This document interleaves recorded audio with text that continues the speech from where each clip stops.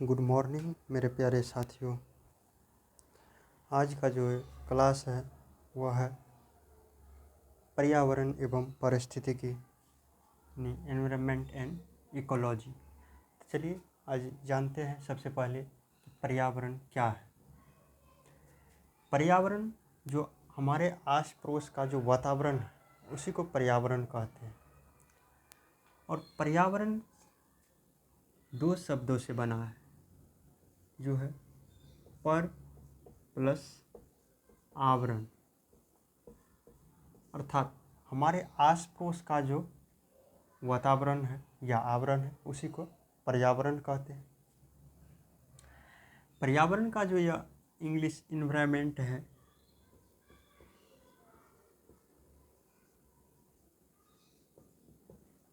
Environment है, यह जो है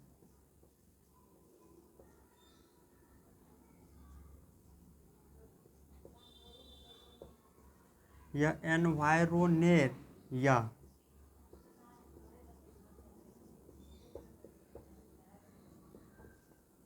एनवायरोनेट शब्द से बना है, जिसका अर्थ होता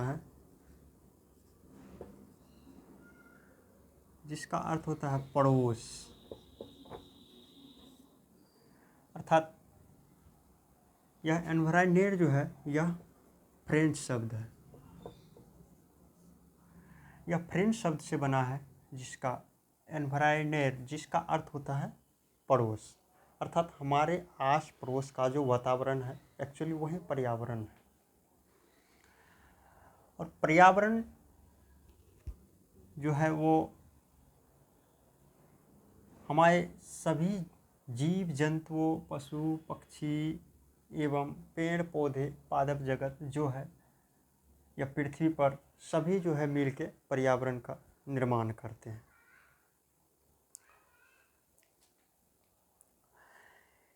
अब सार्थक रूप से समझें तो पर्यावरण का परिभाषा इस अनुसार दिया जा सकता है कि पृथ्वी पर पाए जाने वाले भूमि, जल, वायु, पेड़ पौधे एवं जीव जंतुओं का समूह जो हमारे चारों ओर है, सामूहिक रूप से पर्यावरण कहलाता है।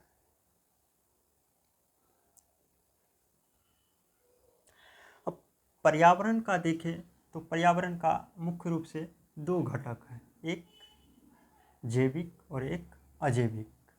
अब जैविक में आ जाते हैं जो सजीव जगत में जितने भी हैं, चाहे वह छोटा से छोटा सूक्ष्म जीव हो और बड़ा से बड़ा विशालकाय जीव हो, सभी जो है ये जैविक जीव में। और अजैविक में पर्वत, पठार,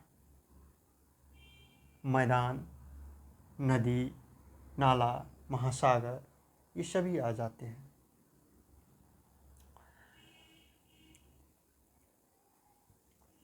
अब चलिए देख लेते हैं कि पर्यावरण का जो ये घटक है वह किस अनुसार है। देखिए, जब पर्यावरण का निर्माण जो होता है, जैसे पर्यावरण है, तो पर्यावरण में देखिए, पर्यावरण में आपको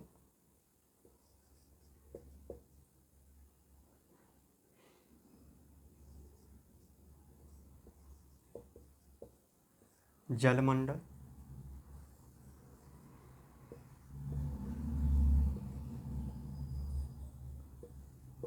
स्थलमंडल,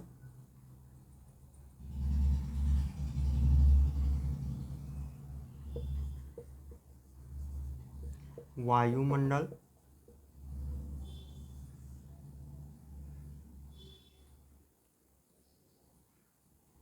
जलमंडल, स्थलमंडल, वायुमंडल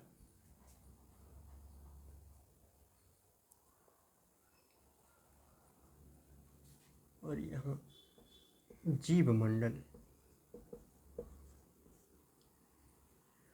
अब ये जो है जलमंडल, जीव मंडल, स्थलमंडल, वायुमंडल, ये सभी मिल करके जो है पर्यावरण का निर्माण करते हैं।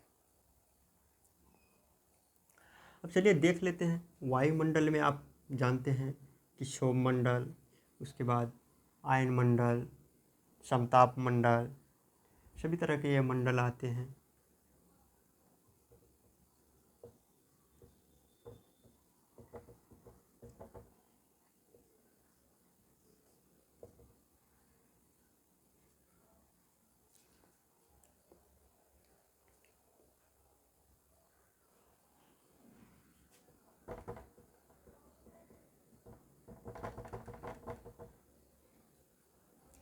अब स्थल मंडल में देख लीजिए,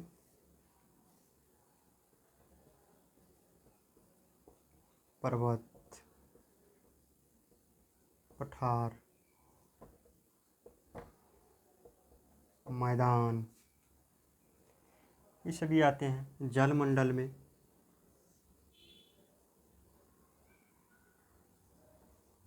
नदी,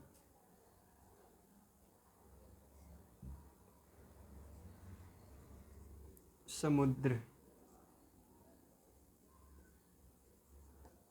महासागर जैसे आते हैं। अब जीव मंडल की बात करें तो इसमें जंतु एवं पादप, ये सभी तरह के आते हैं।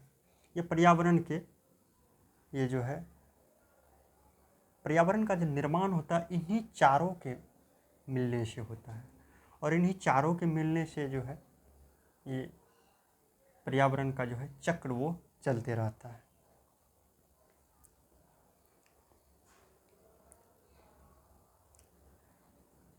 अगर इसमें देखें तो हिमनद को भी जोड़ देते हैं। हिमनद, स्थल मंडल में पर्वत, पठार, मैदान, कहिए तो मरुभूमि या मरुस्थल,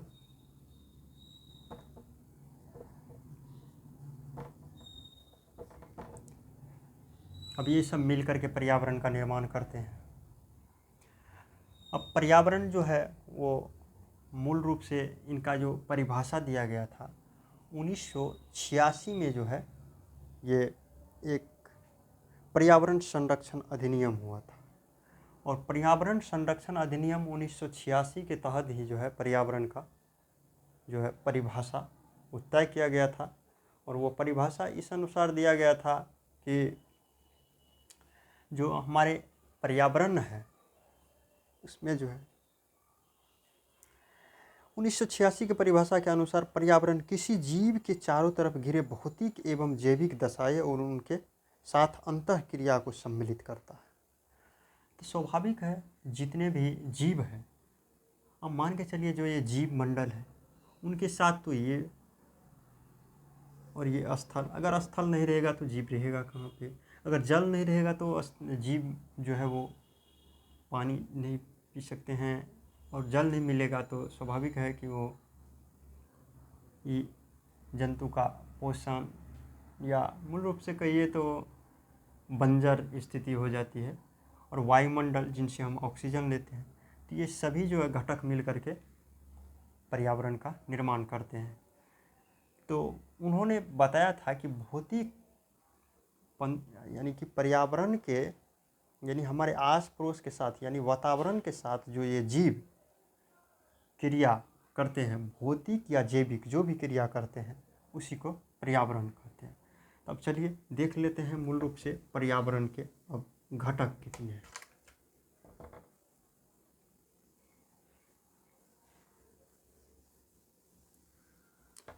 अब देख लेते हैं पर्यावरण के घटक के बारे में। तो पर्यावरण का जो है वह मूल रूप से 3 घटक,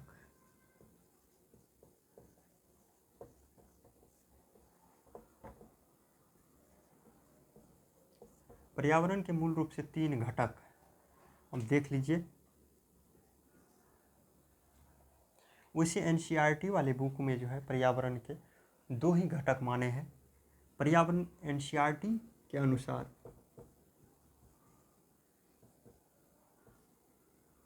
पर्यावरण के 2 ही घटक माने हैं, एक प्राकृतिक और दूसरा जो है मानव निर्मित। और उसी को जो है कुछ विस्तृत करके आधुनिक जो पर्यावरणविद है उन्होंने क्या किया है, तो इसी में जो है एक तीसरा जो है जोड़ा है, जो कि इन दोनों का सम्मिलित रूप है। इन दोनों का सम्मिलित रूप है, जैसे कि ऊर्जा। अब नाभिकीय या सूर्य के द्वारा जो संलयन वो तो प्राकृतिक है, और उसको जो हम इस सौर सेल लगा के कन्वर्ट करते हैं ऊर्जा के रूप में, वो तो मानव निर्मित है। अतः इन दोनों को जो है जोड़ के बनाया है, वो एक तरह से कहिए तो वो हो गया आपको ऊर्जा संघटक, पर्यावरण के संघटक। अब देख लेते हैं, तो पहला जो संगठक है वह है भौतिक या अजैविक संगठक कह सकते हैं आप। भौतिक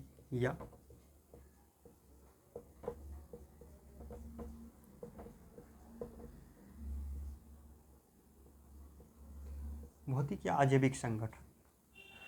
अब भौतिक या अजैविक संगठक दूसरा जो संगठक है वह है, आप जानते हैं कि भौतिक और अजैविक संगठक है, तो दूसरा तो स्वाभाविक है कि जैविक संगठन होगा।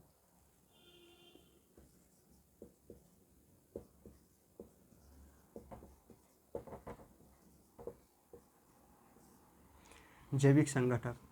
और तीसरा हो गया आपको ऊर्जा संगठक।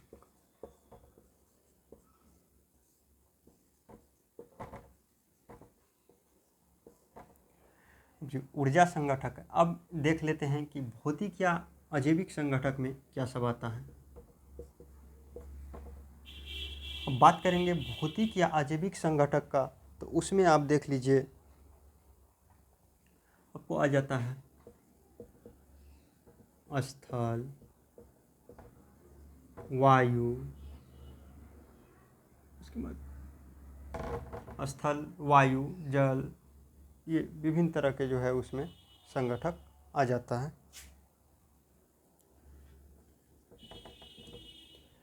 अब जैविक संगठक जो है, इसमें आपको आ जाता है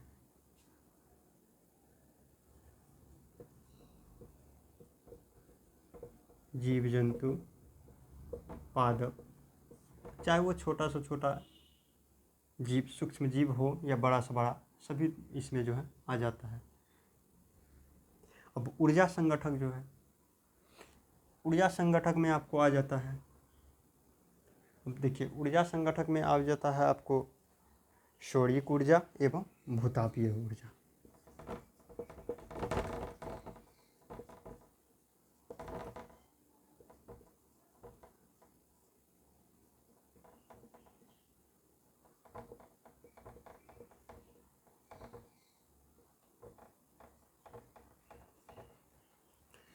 अब ऊर्जा संगठक के रूप में सौरिक ऊर्जा एवं भूतापीय ऊर्जा, तो यहीं पर जो था कुछ विवाद था।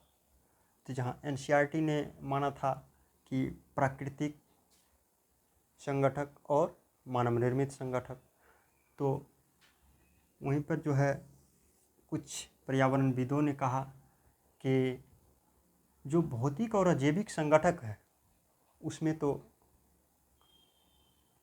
ये दोनों आप देखें, इसमें जो है प्राकृतिक भी, दोनों प्राकृतिक हो जाता है आपको, ये दोनों भौतिक और अजैविक। और भौतिक या अजैविक में आप देखेंगे तो इसमें जो है कुछ मान के चलिए, जैसे नहर, तालाब, कुआं, इस सब का निर्माण जो है अपने वास्ते मानव ने किया है। तो उसी को जो है कुछ यहाँ पे एक ही संगठक में डाला, और यहाँ उन्होंने ये प्राकृतिक और मानव निर्मित को हटाकर भौतिक अजैविक संगठक और जैविक संगठक और ऊर्जा संगठक के रूप में सुशोभित किया। अब पर्यावरण जो है कई संगठकों से निर्मित एक संरचना है। यह जो है सभी को प्रभावित करता है, चाहे वो छोटा से छोटा जीव हो, बड़ा से बड़ा जीव हो, पेड़ पौधे, सभी तरह के जो है इस सभी को यह पर्यावरण जो है प्रभावित करता है। तो पर्यावरण का जो ये प्रभाव है वह किस अनुसार हम पे पड़ रहा है, ये आगे जो है चर्चा करेंगे उस पर विशेष रूप से। अभी जो है जान लेते हैं कि पर्यावरण, देखिए हमारे जो ये पर्यावरण का अभी का जो स्थिति है, यह 1972 में एक बैठक हुआ था स्टॉकहोम में। आप लोग जो है जानते रहिएगा, उसमें जो है आपको 5 जून को जो है 5 जून को 1972 में जो ये हुआ था स्टॉकहोम में जो ये सम्मेलन हुआ था, तो वहाँ पे जो है 5 जून को जो है पर्यावरण दिवस घोषित किया गया था। 1972 में ये घोषणा हुई थी, लेकिन पहली बार जो ये पर्यावरण दिवस मनाया गया था, जो पर्यावरण दिवस, वह जो है आपको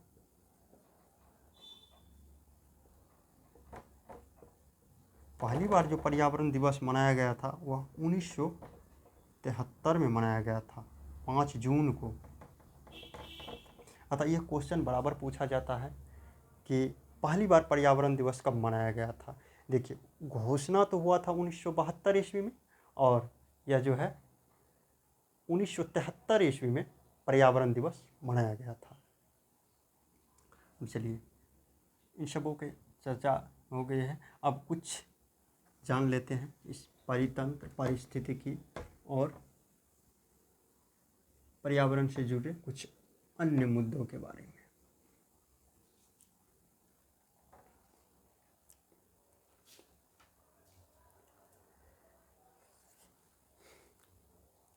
वैसे देखा जाए तो पर्यावरण को जो है सभी बुकों में सभी तरह से बांटा गया। किसी में आपको भौतिक या अजैविक संगठक, या देखिए भौतिक अजैविक संगठक और जैविक संगठक में बांटा गया है।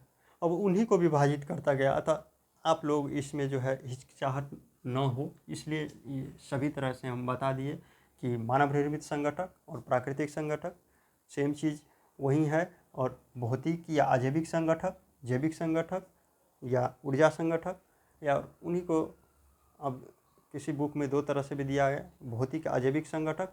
और भौतिक और अजैविक संगठक जो है उसी में जो है क्या किया है, जोड़ दिया है ऊर्जा संगठक को भी, और कुछ जो है यहाँ जो है अब जैविक संगठक है, इसमें या मानव सभी तरह से इसमें जो है ले लिया गया है।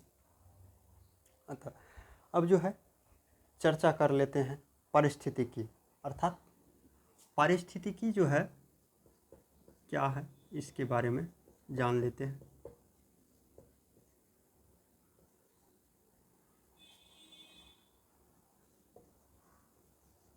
इकोलॉजी, इकोलॉजी क्या है, अब इसके बारे में जान लेते हैं। सबसे पहले देखिए, इकोलॉजी वातावरण और जीव समुदाय के पारस्परिक संबंधों के अध्ययन को पारिस्थितिकी कहते हैं। देखिए वातावरण, जो आस पड़ोस का जो ये वातावरण है, इस वातावरण और जीव समुदाय, जो जीव है उसके जो बीच का जो संबंध है, उसी को पारिस्थितिकी कहते हैं। और पारिस्थितिकी का मतलब तो यही है कि जहाँ हम स्थित हैं, जहाँ जो जीव स्थित है उसके चारों ओर का जो वातावरण है, उसके साथ जो उनका समन्वय संबंध है, उसी को कहते हैं पारिस्थितिकी। पारिस्थितिकी और पारिस्थितिकी तंत्र एक अलग चीज़ है। अब देख लेते हैं कि पारिस्थितिकी तंत्र क्या है।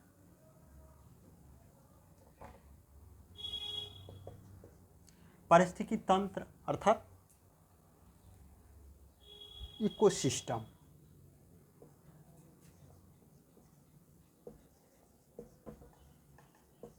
इकोसिस्टम। देखिए पारिस्थितिकी तंत्र जो है यह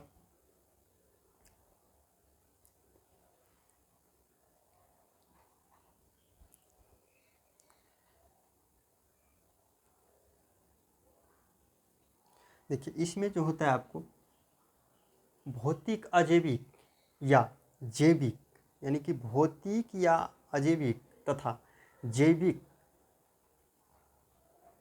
के साथ जो ये पर्यावरण के साथ जो ये अंतरक्रिया करते हैं, उनके क्रिया से जो तंत्र निर्मित होता है उसी को पारिस्थितिकी तंत्र कहते हैं। यानी कि इकोसिस्टम कहते हैं। तो इकोसिस्टम जो है वो क्या है, तो भौतिक या अजैविक तथा जैविक संगठकों के द्वारा पर्यावरण के साथ जो अंतरक्रिया होती है उसी के तंत्र को जो है पारिस्थितिकी तंत्र कहते हैं। अब जान लेते हैं इकोसिस्टम। इकोसिस्टम यानी पारिस्थितिकी तंत्र। इकोसिस्टम शब्द का जो है सर्वप्रथम प्रयोग जो किया था एजी टांसले साहब ने किया था। किसने किया था, तो सर्वप्रथम इस शब्द का प्रयोग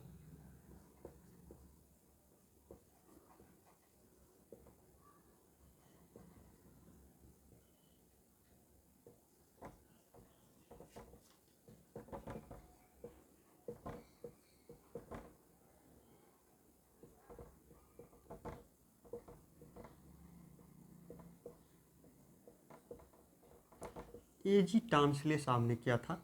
वो कितने ईस्वी में, तो 1935 ईस्वी में इन्होंने किया था, एजी टांसले साहब ने। और इन्होंने इसका जो है शाब्दिक अर्थ यही समझाया था कि जो भौतिक या अजैविक तथा जो जैविक तंत्र है, जैविक संगठक है, उसके साथ जो पर्यावरण में अंतरक्रिया होती है, एक दूसरे के साथ जो अंतरक्रिया होती है, उन्हीं क्रियाओं का बीच में जो तंत्र का निर्माण होता है उसी को क्या कहते हैं, तो पारिस्थितिकी तंत्र। अब देखिए पारिस्थितिकी तंत्र जो है वो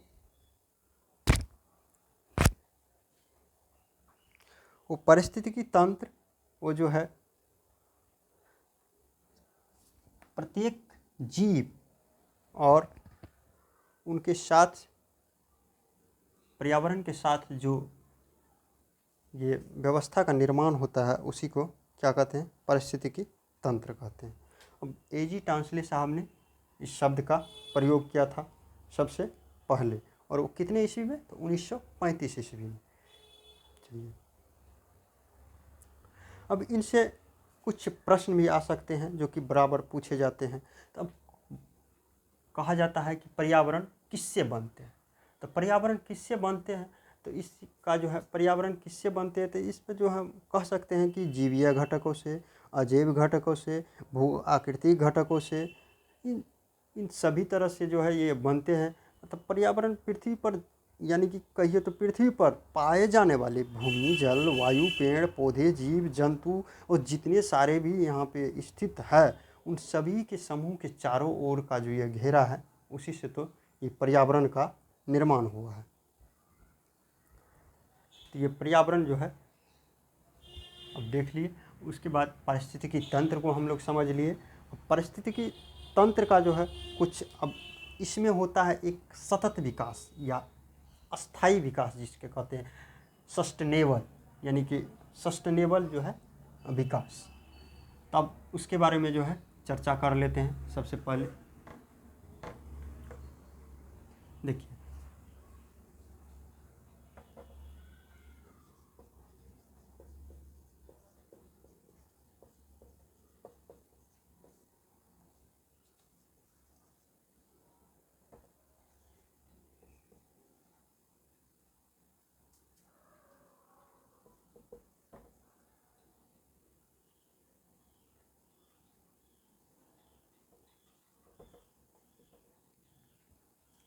अब देखिए यहाँ पे जो है देख लेते हैं सस्टेनेबल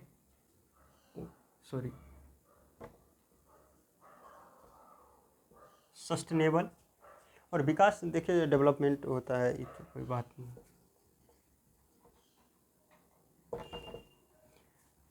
अस्थाई विकास यानी सस्टेनेबल डेवलपमेंट। अब सस्टेनेबल डेवलपमेंट जो है वह किस अनुसार से होता है, यह देखिए सस्टेनेबल विकास यानी कि अस्थाई विकास का मतलब ये होता है कि हम और आप यानी कि अभी वर्तमान में जिन ऊर्जा संगठनों का प्रयोग करते हैं, मान लीजिए कोयला है, पेट्रोलियम है, इन सभी का जो प्रयोग करते हैं वह जो है हमें इस अनुसार से प्रयोग करना चाहिए ताकि हमारे जो फ्यूचर का जो आने वाला है यानी पीढ़ी जो आएगा इस अनुसार से प्रयोग करें, ताकि यानी कि उन सभी के लिए भी बचा हुआ रहे, यानी कि उन लोगों के लिए भी वो फ्यूचर में भी उसका जो है प्रयोग हो सके, यानी संभव हो सके। तो इसलिए ये अस्थाई विकास का जो है निर्माण किया गया और इससे जो है ये दिया गया कि कम से कम पर्यावरण जो है वह सुरक्षित रहे, ताकि व्यक्ति जो है कम से कम चीज़ों का जो है प्रयोग करे। और इस सस्टेनेबल विकास का एक मूल रूप ये समझिए कि अस्थाई विकास वह विकास है जिसके अंतर्गत भावी पीढ़ियों के लिए आवश्यकताओं की पूर्ति करने की क्षमताओं से समझौता किए बिना वर्तमान पीढ़ी की आवश्यकताओं को पूरा किया जा सके। तो ये हो गया आपको अस्थाई विकास, यानी कि वर्तमान पीढ़ी की जो है अभी वर्तमान पीढ़ी जो है उसकी आवश्यकताओं को पूर्ति किए तो जाएगा ही, वर्तमान पीढ़ी का जो है वो प्रयोग में जो है उसका तो जो है कर ही रहे हैं, लेकिन जो फ्यूचर है यानी कि भविष्य का जो पीढ़ी है उसको ध्यान में रख कर जो हम प्रयोग करेंगे वही हो गया एक तरह से अस्थाई विकास। इसको सतत विकास भी बोलते हैं और इससे क्वेश्चन भी पूछा जाता है। अब चलिए देख लेते हैं अब सतत विकास। सतत विकास जो है ना, ये आपको इस सतत विकास का 2-3 नाम है, तो इसको कभी कभार धारणीय विकास, इसका जो है धारणीय विकास, तो अस्थाई विकास, सतत विकास, ये जो है आया। और यह इसका जो है यह अस्थाई विकास या सतत विकास जो है आया कहाँ से, ये जो है एक तरह से महत्वपूर्ण क्वेश्चन हो जाता है। अतः इस पे जो है देख लेते हैं कि यह आया कहाँ से। अब बता दिया आप लोगों को कि धारणीय विकास या अस्थाई विकास या सतत विकास जो है वो है क्या। तो प्राकृतिक संसाधनों के उपयोग संदर्भ में अंतर पीढ़ीगत संवेदनशीलता का विषय है, यानी कि किसी अब जो है अपने पीढ़ी हम वर्तमान में तो कर ही रहे हैं, आगे जो पीढ़ी आएगा उसको ध्यान में रख कर जो करेंगे वही हो गया सतत विकास, अस्थाई विकास, धारणीय विकास, या एक तरह से इसको कहिए तो धारणीय विकास इसलिए किया गया हम जो कर रहे हैं आगे की धारणा को सोच के करते हैं, तो इसीलिए इसको जो है धारणीय विकास कहते हैं। देखिए सबसे पहले जो है आया कहाँ से उस पर चर्चा कर लेते हैं। तो 1987 ईस्वी में एक जो है बैठक हुई थी, इसका नाम था क्या, world commission on environment and development, यानी कि नाम क्या था, वर्ल्ड कमीशन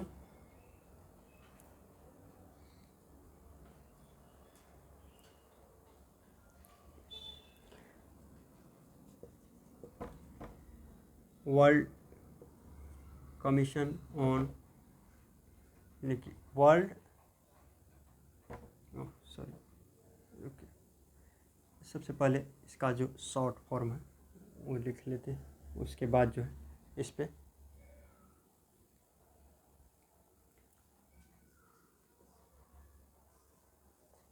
WCD 1987। देखिए 1987 में जो है ये आया था, और इसमें जो है इसी में जो आया था आवर यानी कि आवर कॉमन फ्यूचर, यानी कि अपने फ्यूचर को ध्यान में रख के जो है ये बैठक किया गया था, और इसी में जो है आया था ये अस्थाई विकास, सतत विकास या धारणीय विकास। इसका देख लेते हैं।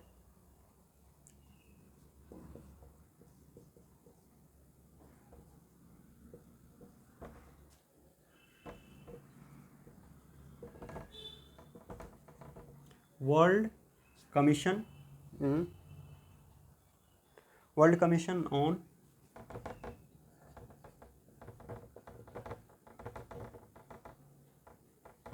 एनवायरनमेंट एंड डेवलपमेंट,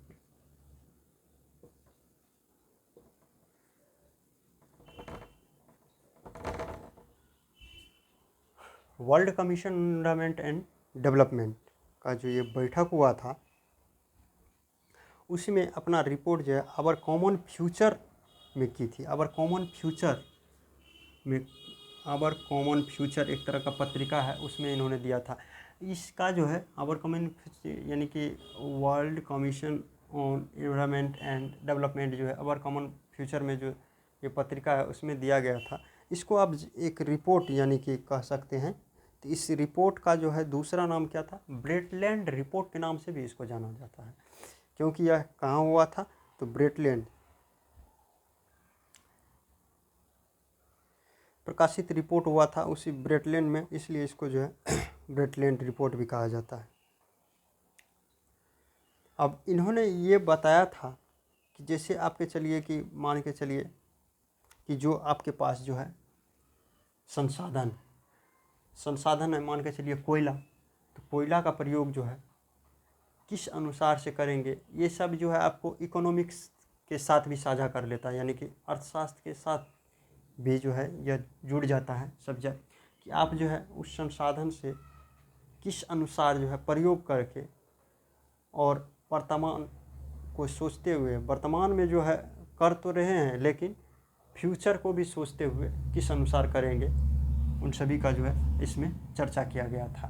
तो चलिए अब तो देख लिए ये अस्थायी विकास सस्टेनेबल।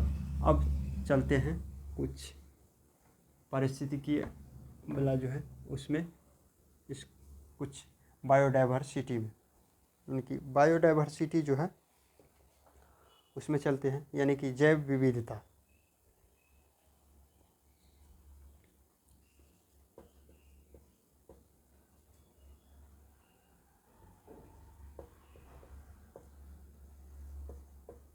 जैव विविधता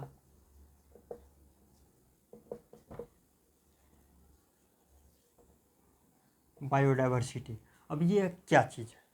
इसमें तो स्वाभाविक है, इसमें विविधता और जैव, अर्थात मान के चलिए इसमें दिया ही गया है कि जैव विविधता यानी कि किसी प्राकृतिक प्रदेश में पाई जाने वाले पादपों, जंतुओं, सूक्ष्मजीवों, अब भिन्न भिन्न प्रजातियों की बहुलता को ही जैव विविधता कहते हैं। अब मान के चलिए कि भारत है, अब भारत को छोड़िए, अपने बिहार को ले लीजिए। बिहार पे देखिए तो अब जो है जैसे बिहार का जो उत्तरी इलाका है वहाँ के जीव और बिहार का जो दक्षिणी इलाका है वहाँ के जीवों में आप जो है अंतर पाइएगा। तो इसी को जो है जैव विविधता कहते हैं, यानी कि प्रत्येक, यानी कि स्थल या कहिए तो पर्यावरण, यानी प्रत्येक पर्यावरण में जो है भिन्न भिन्न तरह के जीव जंतु पाए जाते हैं, इसी को कहा जाता है एक तरह से जैव विविधता। अब ये जैव विविधता जो है प्रत्येक वातावरण के साथ जो है अलग अलग तरह का परिवेश का निर्माण होता है, इसी को जैव विविधता कहते हैं। अब जैव विविधता में जो है देख लीजिए कि आपको इसमें जो है आ जाता है आपको संकटग्रस्त प्राणी, सभी तरह के प्राणियों का जो है इसमें विभाजन किया गया है, तो उन सभी का जो है चर्चा करेंगे। अब भारत का वन्य जीव संपदा ले लेते हैं, अभी इसी जैव विविधता में ही जुड़ जाते हैं। तो देखिए इसमें जो है जैव विविधता में जो है आपको क्या दिया जाता है, सुरक्षा, अध्ययन और व्यवहार। अब मान के चलिए जैव विविधता है, तो इसमें आपको क्या करना है, अब प्राणियों के लिए जो सरकार ने नियम बनाया है, सुरक्षा, अध्ययन और व्यवहार, ये जो है ये 3 प्रकार के लिए जो है सरकार ने इस, यानी कि जो जैव विविधता है उस पर जो है अमल लाने के लिए इस 3 प्रकार का जो है ये इन्होंने क्रिया शुरू किया है कि इन लोगों का जो है किस प्रकार से जो जीव है उनको जो है सुरक्षित रखा जाए और उसके बारे में अध्ययन किया जाएगा और उसके साथ किस प्रकार का व्यवहार किया जाएगा। यानी यह व्यवहार का मतलब ये है कि आप जो है उससे उसके जो उस परिवेश है, जिस परिवेश में वह रह रहे हैं, उस परिवेश का जो है नियंत्रण कैसे किया जाए, उस अनुसार जो है उसका जो है यहाँ पे दिया गया है।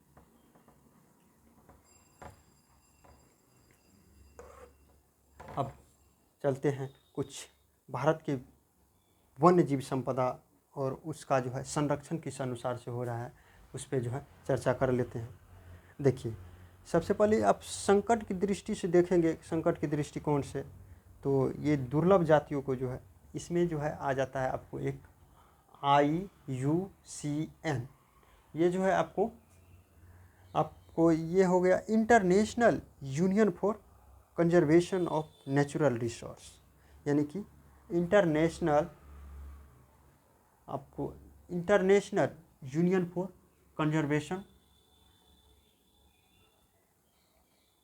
कंजर्वेशन ऑफ नेचुरल रिसोर्स, इस पे जो है ये IUCN की CN इसका हो गया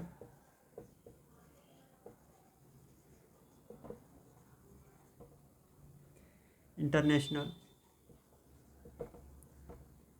यूनियन फॉर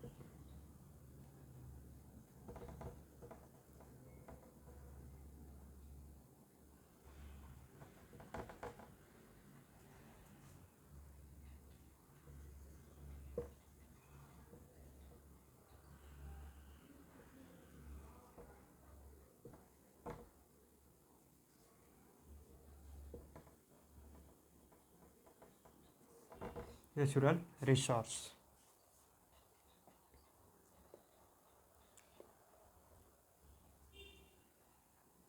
और ये होगा यहाँ पे conservation, international union for conservation research, IUCN का फुल फॉर्म है। और इसका जो आपको मुख्यालय कहाँ है? ग्लांड। और ये ग्लांड शहर कहाँ है? तो स्विट्जरलैंड में।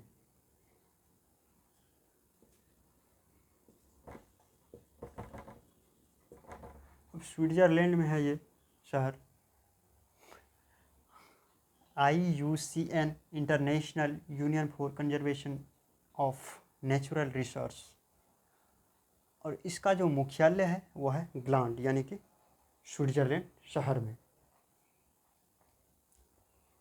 इन्होंने क्या किया, तो जो ये संकटग्रस्त जातियां हैं उनको विभिन्न वर्गों में विभाजित किया, और उसमें जो है ये विभिन्न प्रकार के जो वर्ग है उसमें जो है विभाजित किया है। और इसमें देख लेते हैं, तो सबसे पहले इन्होंने बांटा विलुप्त जातियाँ। अब जो विलुप्त जातियाँ हैं देख लेते हैं। जो विलुप्त जातियाँ हैं ये वायर फंस गया था। जो ये विलुप्त जातियाँ हैं, एक नंबर पे देख लेते हैं।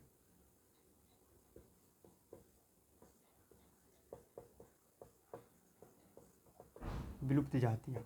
अब विलुप्त जातियाँ का इंग्लिश आप एक्सटिंक्ट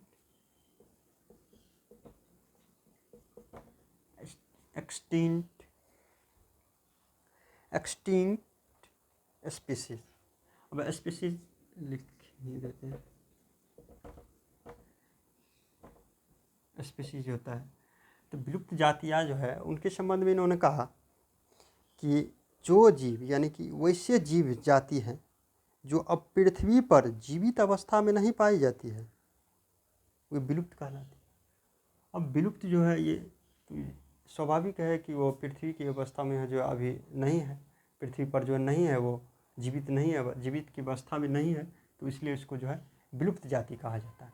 और विलुप्त जाति कहा जाता है, इसके अंतर्गत आप देख लीजिए तो स्वाभाविक है कि आ जाता है आपका डायनासोर, और डायनासोर के बाद देखें तो डोडो पक्षी था एक, वो भी आ जाता है, जो कि अभी नहीं है। और डायनासोर, डोडो पक्षी, ये सब क्या है?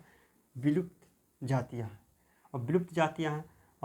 अब जो है आ जाते हैं दूसरा जो है संकटपन जातियाँ, जिस पर कि संकट है।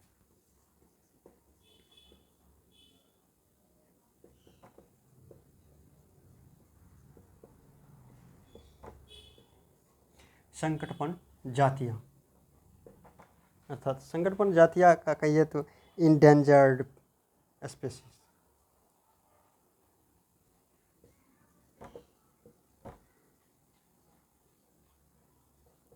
इंडेंजर्ड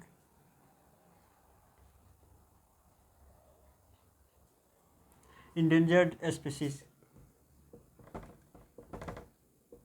इंडेंजर्ड स्पीसीज, ये संकटपन जातियाँ जो है, अब इसका जो है देखिए इन्होंने IUCN ने कहा कि इसके अंतर्गत वे जातियाँ जो विलुप्त की अवस्था के कगार पर है, यानी कि विलुप्त की अवस्था पे है और इनकी संख्या जो है कम हो गई है, अतः इसको जो है अगर अभी यानी कि अभी जो जातियां हैं संकटग्रस्त या संकटापन्न जातियां जो है वो जो है अभी तो फिलहाल है, लेकिन ये जो है इस वातावरण में सुरक्षित नहीं है, वो खतरे में है, अतः उसका जो है सुरक्षा का जो है उपाय किया जाए।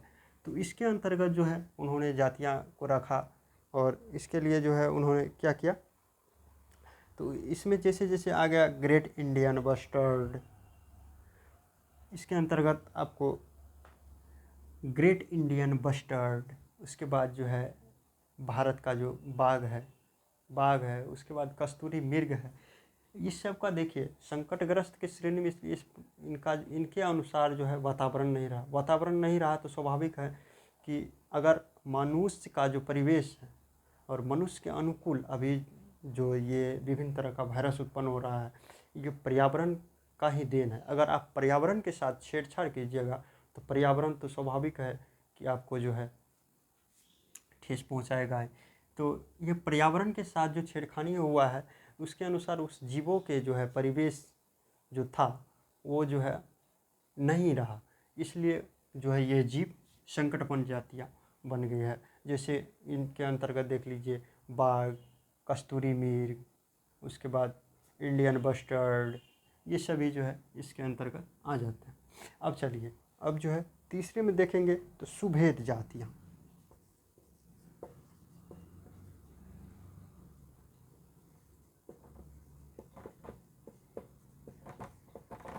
अब ये सुभेद जातियाँ क्या है, यानी कि सुभेद जातियाँ वल्नरेबल स्पीसीज,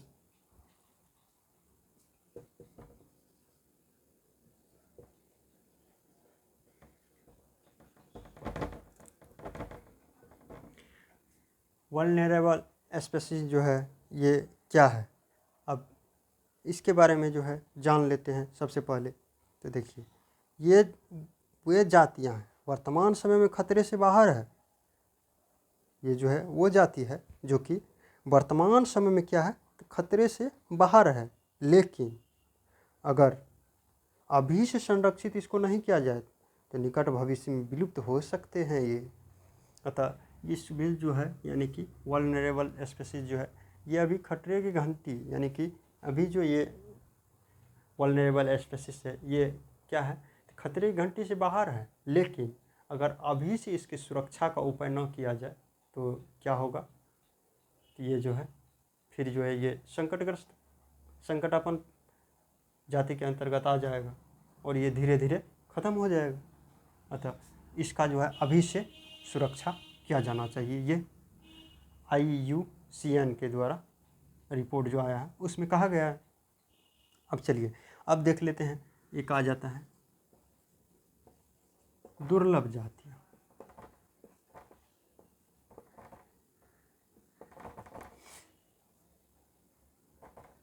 अब ये दुर्लभ जातियाँ जो है, दुर्लभ जातियाँ मतलब रेयर स्पीसीज,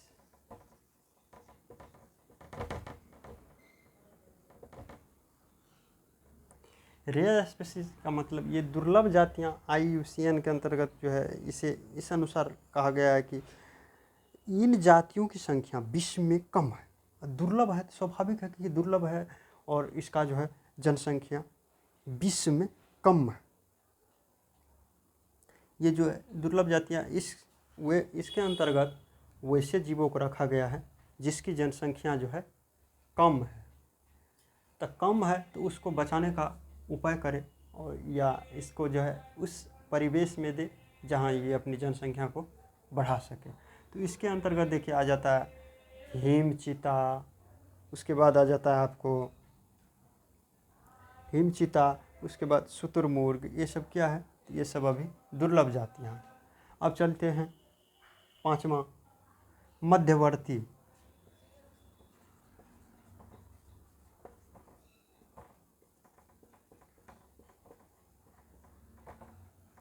मध्यवर्ती जातियाँ, यानी कि इंटरमीडिएट स्पीशीज।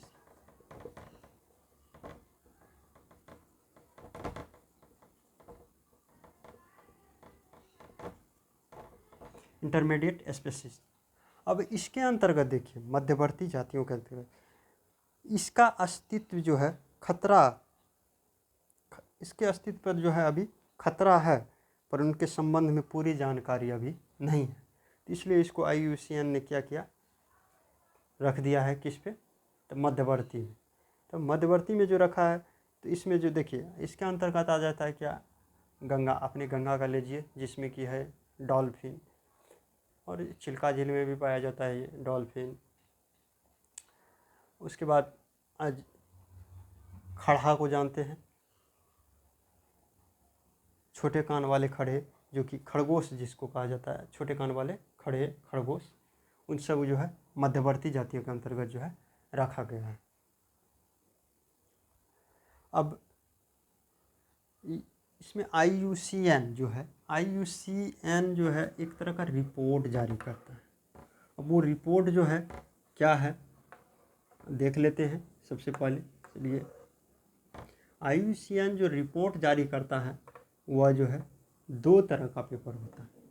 अब 2 तरह का पेपर होता है, तो वो जो है किस पेपर में किस अनुसार, एक होता है रेड डाटा बुक और दूसरा होता है ग्रीन डाटा बुक। अब रेड डाटा बुक के अंतर्गत किस प्राणी को रखा जाता है और ग्रीन डाटा बुक के अंतर्गत किस प्राणी को रखा जाता है, इससे जो है बराबर किसी सभी एग्जाम में जो है प्रश्न आते हैं। अतः इसको जो है निश्चित रूप से देख लेते हैं एक बार कि ये रेड डाटा बुक क्या है और ग्रीन डाटा बुक क्या है। तो देखिए, IUCN जो है रेड डाटा बुक जो जारी करता है, तो उसमें जो है उन्होंने उन जीव को लिया है, जीव के जातियों को लिया है जिसका अस्तित्व जो है संकट में जो है उसका नाम जो है इसमें दर्ज होता है, जिनका अस्तित्व जो क्या है अभी संकट में है। और रेड डाटा बुक में अर्थात खतरा, तो जिसका जो है अभी जीवन स्तर खतरे में है उसको जो है रेड डाटा बुक के अंतर्गत रखा है। और उस रेड डाटा बुक के अंतर्गत जो है विभिन्न तरह का जो है जीव आ जाएगा, जैसे कि आप लोगों को बताए थे, जैसे संकटपूर्ण, तो संकटपूर्ण जातियों में आपको दिए थे ग्रेट इंडियन बस्टर्ड, बाघ, कस्तूरी मृग, ये सब क्या है, तो ये सब अभी रेड डाटा बुक में लिस्ट में दायर है। अब चलिए, अब जो है ये रेड डाटा यानी कि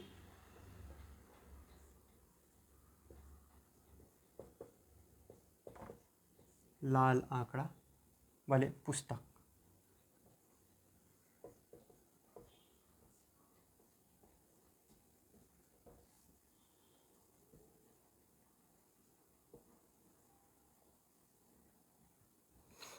और दूसरा जो होता है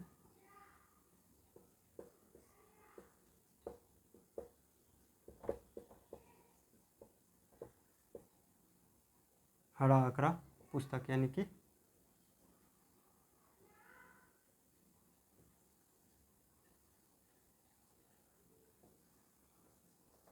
ग्रीन डाटा बुक। तो ग्रीन डाटा बुक और रेड डाटा बुक। अब ग्रीन डाटा बुक में जो है इसमें क्या है, इसमें दुर्लभ जातियों का लेखा जोखा रखा जाता है। अब दुर्लभ जातियाँ जो मान के चलिए कि मिलता है, जैसे जैसे अब मिलता है पंखों वाला मेढक, उसके बाद मिलता है कि लंबे कानों वाला मेढक, ये सब क्या है, दुर्लभ जाति है जो कि विभिन्न यानी कि किसी विशिष्ट परिवेश में मिलता है। तो इसलिए इनको क्या करता है, दुर्बल श्रेणी, दुर्लभ श्रेणी अर्थात हरे आंकड़ा में जो है दायर कर देते हैं इसका नाम। और इन लाल आंकड़ा में जो है जो संकटग्रस्त है, जो संकट जिस पर अभी जो है संकट है, जिनका जो है जीवन खतरे में है, तो इनके अंतर्गत जो अभी ये 5 भाग बताए थे और विभिन्न तरह के जीवों का जो उसमें चर्चा किए थे, तो उसको जो है आप इसके अंतर्गत रख सकते हैं। लाल आंकड़ा में देखें तो आप बाघ, इंडियन ग्रेट बस्टर्ड, कस्तूरी मृग, इन सबों को रख सकते हैं। और हरा आंकड़ा यानी कि इसमें जो है आप दुर्लभ जो है जो कि मिलता है, जैसे कि हिम चीता, शुतुरमुर्ग, ये सब आपको विशिष्ट परिवेश में मिलता है। इसलिए सभी जगह ये देखने को नहीं मिलता है। जैसे कि ये हिम चीता आप जाइएगा देखने के लिए, तो इसके लिए आपको हिमाचल, जम्मू कश्मीर, इन सब क्षेत्रों में जो है यह दिखाई दिया जाता है। अब पर्यावरण एवं पारिस्थितिकी की चर्चा यहाँ तक कर दिए हैं। उसके बाद अब जो है आगे वाले क्लास में जो है चर्चा करेंगे वन्य जीव का संरक्षण, और उस पर जो है विभिन्न तरह के वन अभयारण्य, उसके साथ वन कितने प्रकार के होते हैं, अभयारण्य कितने प्रकार के होते हैं, इन सबों का जो है परिचर्चा करेंगे। अगर आप लोगों को यह वीडियो अच्छा लगे तो लाइक और सब्सक्राइब ज़रूर कर दीजिए और शेयर ज़रूर कर दीजिएगा, ताकि दूसरे विद्यार्थियों को भी हेल्प मिल सके। आज के क्लास के लिए इतना ही। जय हिंद, जय भारत।